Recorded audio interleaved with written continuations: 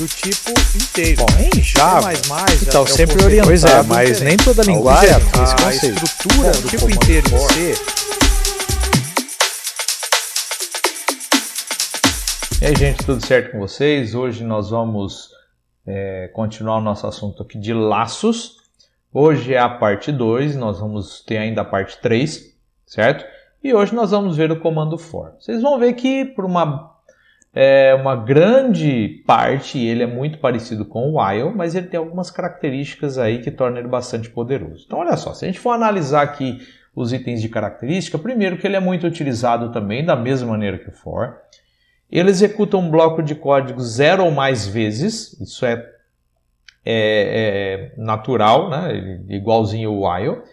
Ele continua enquanto a condição seja verdadeira e termina quando a condição é falsa, da mesma forma que o while. E ele também testa a condição antes de executar o bloco de código. A diferença dele é que ele é usado para automatizar iterações, e a gente vai entender isso daí daqui a pouquinho, ok? Vamos continuar aqui então. A síntese dele, ela é essa, tá? Parece meio estranho, mas você tem o comando for. Dentro dos parênteses, você tem 3 partes: a inicialização, a condição e o passo. E aí ele executa ou uma instrução ou um bloco de instruções se você usar as chaves. Bom, dito isso daí, o que é esse negócio de inicialização, condição, passo e tudo mais? Bom, então vamos lá, vou explicar cada um deles, depois nós vamos entender a ordem que as coisas funcionam. Primeiro, a inicialização é um código que você pode criar para que seja rodado antes de começar a executar o for. Na realidade, começou, faz parte do for, né? Mas para ficar mais fácil de entender, antes de fazer qualquer coisa, ele roda a inicialização. A inicialização ela pode ser opcional, então você pode simplesmente ignorar, colocar um ponto e vírgula, então aí ele não tem inicialização nenhuma e ele vai executar sem inicialização. Ou você pode ter vários códigos, separando dentro do for, separando por vírgula. Então você pode ter várias instruções separadas por vírgula. Qualquer instrução simples você consegue colocar aí, ok? Depois disso, tem a condição. A condição ela funciona exatamente como o while. É uma condição que vai determinar. Enquanto ela for verdadeira, o for vai ficar executando a instrução ou o bloco de instruções. Ok? Então, a única diferença aí que também é opcional. Aí você vai falar, ué, mas se eu tirar a condição, quando que ele para? Pois é, aí ele não para mais. Ele fica um loop infinito. Para você parar, você teria que internamente no for criar uma regra para dar um break. Mas aí seria muito mais fácil se você ter a regra aí dentro de condição, né? Então não é tão utilizado assim você ignorar a condição. E o passo? Bom, o passo ele é um código que ele é executado depois de que o bloco de instruções ou a única instrução seja executado. Então aí ele vai rodar o passo. O passo pode somar 1 numa variável, pode ser qualquer instrução, ok? Separado também por vírgula. E o passo também é opcional, você pode ignorar o passo. Mas aí, se você, por exemplo, ignorar a inicialização, ignorar o passo, para que usar o for? Usa o while, né? Que aí ele seria o while e não o for. A ordem de execução, então, para a gente se lembrar. Primeiro, roda a inicialização. Então, a primeira coisa que vai rodar é a inicialização. Depois disso, ele verifica a condição para ver se ele vai executar ou não, né? Se ele já vai parar. Depois disso, ele vai para as instruções, executando cada uma delas, ou o bloco de código, ou uma só. Terminou de executar? Terminou. Volta para o passo. Aí no passo, ele vai executar e logo em seguida volta para a condição, tá? Para verificar se vai parar de novo. Ah, não vai parar ainda. Vai para a instrução, executa a instrução, terminou de executar, volta no passo e aí ele vai ficar nesse loop. Condição, instrução, passo, condição, instrução, passo, ou bloco de instruções, né? E vai até o final do for, tá? Até a condição da falsa ele vai ficar nesse loop, tá ok? Vamos ver aqui a análise do funcionamento desse código aqui. Se você olhar, você tem a variável i, você tem um for. Se você prestar atenção nesse código, ele é muito parecido com o que a gente viu no while, né? Muito parecido. Então, olha só, ele começa aqui com for i igual a 1, ou seja, a primeira coisa que ele vai executar é a inicialização, então ele vai pegar o número 1 e jogar para i. Aí ele vai ter a condição de parada, enquanto i for menor ou igual a 5. Então ele vai rodar aí enquanto o i for menor ou igual a 5. A hora que o i for diferente aí, for 6, ele pararia, né? E o passo i é igual a i mais 1. Dentro do código, simplesmente eu tenho o printf. Vocês podem perceber que na aula passada, se você voltar aí no outro vídeo, você vai ver que lá a gente no while você tinha, né, o i igual a 1 fora do while, você tinha só o i menor ou igual a 5 e dentro das instruções você tinha o i igual a i mais 1. Então perceba que aqui eu tenho as mesmas instruções que eu tinha lá, porém cada um no seu lugar correto. Então você tem aí uma organização melhor. Vamos lá, vamos tentar entender o funcionamento disso aqui. Primeira coisa, ele vai pegar a variável i, jogar o valor 1 e nós vamos deixar sempre aqui a variável i para você ver ela sendo alterada. Logo em seguida, ele vai verificar a condição. Então, 1 é menor ou igual a 5? Sim, deu verdadeiro, ele continua. Vai lá e imprime o i. Então tem ali a saída de tela, também eu vou conservar na tela aqui para você ver as impressões, certo? Terminou de imprimir, você vai perceber que não tem instrução mais nenhuma dentro do bloco de código do for. O que ele faz então? Ele vai somar 1 no i. Opa, então o i que valia 1, somou 1 nele, agora ele é 2. Então olha só, o i foi de 1 para 2, ou seja, eu rodei o passo, não é? Logo em seguida, vai verificar a condição ainda, 2 é menor ou igual a 5? Sim, deu verdadeiro. E aí, vai imprimir na tela, que ele vai executar o bloco de código. Terminou de executar o bloco de código? Terminou. Vai rodar o passo. O i virou 3. Com isso daí, terminei de rodar o passo, tem que verificar se ele vai rodar mais uma vez. Verifica a condição. Então, 3 é menor ou igual a 5? Sim, deu verdadeiro. Então, o que ele vai fazer? Vai rodar o bloco de código, que é imprimir na tela. Terminou de executar o bloco de código, ele vai rodar o passo. Então, de i igual a 3 virou 4, né? Porque eu estou somando 1 ali. Beleza. Assim que ele terminar de executar aqui o passo, ele vai novamente verificar a condição, que deu verdadeiro. Por quê? Porque 4 é menor ou igual a 5. Logo em seguida, imprime na tela, roda o passo, verifica a condição. 4, ou melhor, 5 é menor ou igual a 5? Sim. Então o que ele faz agora? Imprime na tela, roda o passo, o i virou 6. E agora, ele vai continuar rodando? Não, porque 6 não é menor ou igual a 5. Então, deu falso, ele para de executar o programa. Certo? Bom, nós vamos fazer o seguinte, então. Tem mais algumas coisinhas que eu quero mostrar para vocês, mas eu vou mostrar já direto no código. Então, olha só, nós vamos alterar o programa de tabuada da aula passada para se usar o comando for. Tá? Para a gente ver como a gente faria para adaptar aquele programa para o for. Beleza? Então vamos lá. Eu vou criar aqui um novo arquivo chamado tabuada for.c. Certo? Ele está aqui. Eu vou abrir o tabuada. Vou simplesmente copiar tudo que está aqui e eu vou colar aqui. Tá? Então olha só. Eu vou aumentar aqui o zoom. Para facilitar a vida de vocês. Olha só. Eu tenho aqui dois loops, né? Eu tenho um loop externo, que ele tem uma condição de parada aqui, aonde é um tipo cancela, né? Que eu falei para vocês. E eu tenho aqui um loop de iteração. Olha aqui, ó. Somando um aqui. Então, um loop de iteração. E é esse loop aqui que a gente vai mudar. Então, eu vou trabalhar um pouquinho nesse loop com algumas coisas aqui, para a gente entender o comando for, tá ok? Então olha só, primeira coisa que eu vou fazer, eu vou criar o comando for aqui, depois eu apago o while. Então for. O que eu tenho que fazer? Olha só, a primeira coisa que eu tenho que fazer aqui, ó, tá vendo aqui, ó, i igual a 0. Então eu já vou colocar aqui, ó, i igual a 0. ponto e vírgula. Posso tirar daqui esse i, simplificando um pouco mais o meu código. Legal, qual que é a condição de parada? Está aqui no for, ó, i menor ou igual a 10. Então eu vou tirar daqui e vou colocar aqui no for. Ponto e vírgula, qual que é o passo? Está aqui, ó, i é igual a i mais 1.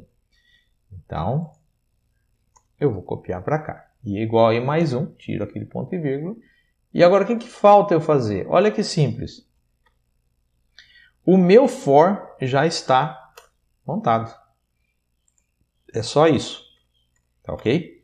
Só isso aqui. Será que vai funcionar? Bom, só tem um jeito de saber. Eu vou salvar aqui. Eu vou botar para executar. Deixa eu aumentar aqui o minha saída. Qual a tabuada? Tabuada do 5. Vou aumentar aqui mais. Para a gente ver. 5 vezes 0, 0. Então tá aqui, ó, 5, 10, 15, 20, 25, 50. Quer rodar novamente? Olha aqui, ó. Então eu estou usando, nesse momento, eu vou usar o while aqui, né? Quer rodar novamente? Sim. Vai rodar novamente. Qual tabuada? Ah, tabuada do 4. Tá aqui a tabuada do 4. Quer rodar novamente? Não. Então você percebe aqui que eu estou fazendo uma combinação de loops. Então você pode fazer isso. É até saudável você fazer isso, né?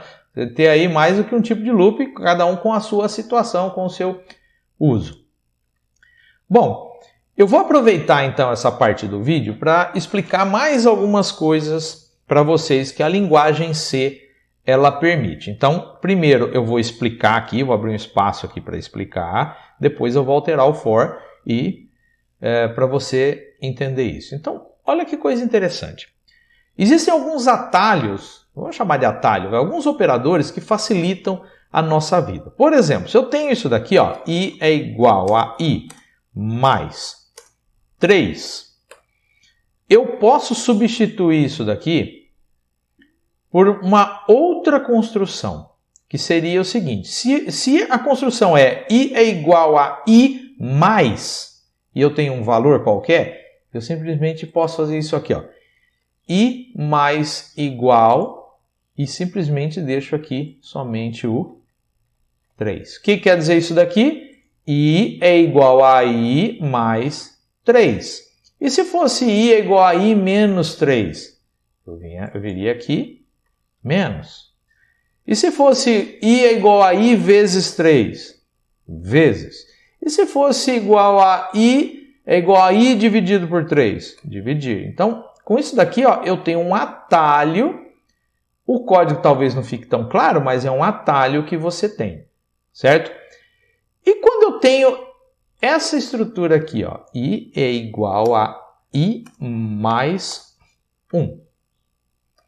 Bom, pelo que vocês já aprenderam, eu simplesmente poderia colocar aqui um mais aqui, tirar todo mundo aqui, ó, i mais igual a 1, certo? É uma maneira também de você criar um atalho. Porém, a linguagem C, ela permite um atalho mais interessante quando você vai fazer uma soma ou uma subtração de um elemento. Qual que é essa? Eu posso simplesmente fazer isso aqui, ó. I mais mais. Então, o que aconteceu aqui?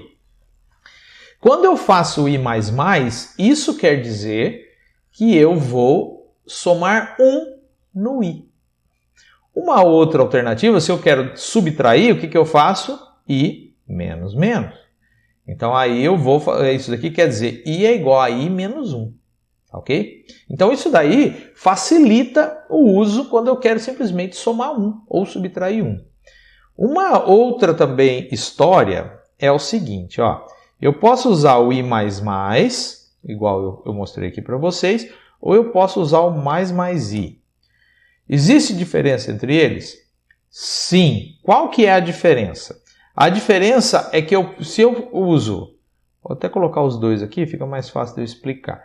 Se eu usar o i mais mais, primeiro, vamos supor que eu vou fazer assim, dentro de um while, eu vou fazer isso aqui assim, ó, i mais mais maior do que 3. Imagina um negócio assim. Então vou até colocar aqui, vamos imaginar que eu tenho essa construção aqui para ficar mais claro. E while i mais maior que 3. O que ele faz nesse tipo de situação? Geralmente a gente usa só isso daqui, tá? Mas eu tenho a outra opção. Qual que é a diferença delas? Numa estrutura igual essa, primeiro eu comparo o i com se ele é maior que 3, para ver se vai rodar o while. Então, i maior que 3 determina se vai continuar rodando o while. Beleza. E depois que ele verificou se vai rodar o while ou se não vai rodar o while, tanto faz, ele soma 1. Percebe que é confuso? Confuso, né? E o mais i? A diferença é que antes de verificar essa condição, ele soma 1. Então, o mais vem antes, então ele soma 1 primeiro no i, para depois verificar a condição. Dica, evite ficar usando esse tipo de coisa, principalmente dentro de while, dentro de if. Padroniza o seguinte, usa desse jeito aqui, sempre, e não coloca dentro de condições para não confundir a tua mente, ok? Porque confunde. Agora, você tem que saber que existe, tá? Porque você vai ver aí um monte de gente fazendo doideira aí, beleza? Então, olha só, sabendo disso, vamos voltar aqui no nosso programa, né? Eu vou voltar aqui no meu for, vou apagar isso daí. Sabendo disso, o que eu vou fazer agora? Eu vou substituir tudo isso aqui por i mais. Será que vai funcionar? Vamos lá. Eu vou rodar aqui novamente com a tabuada. Vamos pegar aqui a tabuada do 3 agora. Tabuada do 3. Tá aqui, ó. Perceba que ele foi somando 1 aqui no i normalmente. Certo? Quer rodar novamente? Não. Então, antes da gente prosseguir, erros comuns que geralmente as pessoas fazem. Por exemplo, fazer isso aqui, ó, botar um ponto e vírgula aqui. E agora eu vou executar. Olha o que vai acontecer. Estou aqui rodando. Vou abrir aqui espaço, né? Qual tabuado? Tabuado do 3. Opa! Aí não, acabou. Aqui. Tabuado do 3. Olha o que ele imprimiu. 3 vezes 11 igual a 33. Ué, o que aconteceu? Quer rodar novamente? Não. Vamos analisar. Ele imprimiu 3 vezes 11 igual a 33. Olha só o que ele fez. Ele executou os loops? Sim. Só que o que ele executou? Tem um ponto e vírgula. Não executou nada. Só que quando eu saio do loop, o i vale 11, porque ele deu falso aqui, né? E aí ele executou o bloco de código que está aqui. Ou seja, o bloco de código que está aqui. Né? Vou ver as chaves aqui. Então, olha só. Ponto e vírgula depois de for faz isso. A mesma coisa se eu colocar um ponto e vírgula aqui depois do while, ele vai travar e tudo mais, né? Vai entrar num loop infinito. Então, cuidado com ponto e vírgula aqui. Não tem. Ok? Então, esse daí é um erro muito comum, tá? Muito comum que geralmente as pessoas que estão começando cometem, né? Quer colocar ponto e vírgula em todo lugar, né? Porque não quer evitar de esquecer o ponto e vírgula. Mas é muito importante que você lembre disso. Beleza? Só queria, antes da gente terminar, fazer aqui uma comparação com a tabuada, né? Então, olha só, eu vou tentar colocar aqui exatamente no while aqui em cima. E aqui exatamente no while também, para a gente poder comparar os dois códigos. Olha só, quando eu estou vendo aqui, olha só esse código, e aqui eu tenho um código mais enxuto. Certo? Ó, maior e aqui menor. Então eu enxugo o código com isso, sendo que eu tenho todos os elementos. Ó, se aqui eu tenho o i igual a 0, aqui eu tenho o i igual a 0. Se aqui eu tenho a condição de parada, aqui eu tenho a condição de parada. Se aqui eu tenho o i igual a i mais 1, aqui eu também tenho o i igual a i mais 1. Aqui estou usando o i mais, mas isso não seria impedimento de você usar o i mais aqui também, tá? Você pode substituir. Então perceba que você tem um código mais enxuto. Então o for, ele possibilita fazer isso daí. E todas as vezes que eu tenho números para ir, por exemplo, eu quero fazer uma contagem regressiva. Tá? Como que seria? Se eu quisesse contar o i começando em 10, terminando em 0, como que eu faria isso? Tá? Vou até colocar aqui, não vou executar para não confundir vocês, mas for. Vamos imaginar que eu vou começar com 10, enquanto o i for maior do que 0, e menos menos. Então, olha só, eu comecei em 10, enquanto ele for maior do que 0, eu vou tirando 1. Quando ele chegar igual a 0, ele para. Tá? Então, aqui ó, eu tenho contagem regressiva. Aqui eu tenho uma contagem progressiva. O nome dessa contagem, né, vamos colocar assim, é iteração. E se você prestar atenção na matemática, né, se você está fazendo faculdade aí, e você tem lá a somatória, né, que o símbolo é a letra grega sigma, em maiúscula, né, o sigmão, o sigma maiúscula, ele representa exatamente um for, né, porque ele tem um valor inicial, ele vai ter ali uma soma e ele vai, né, caminhando pelos itens, vai iterando cada um deles. Beleza? Bom, espero que vocês tenham entendido aí o funcionamento do for. E se você tiver dúvida, não se esqueça de colocar aí nos comentários. Beleza? Bom, gente, então é isso aí o comando for. Nós vamos parar por aqui para não ficar muito extenso. E na próxima aula, né, na parte 3 e parte final, nós vamos ver o comando do while. Até lá, então.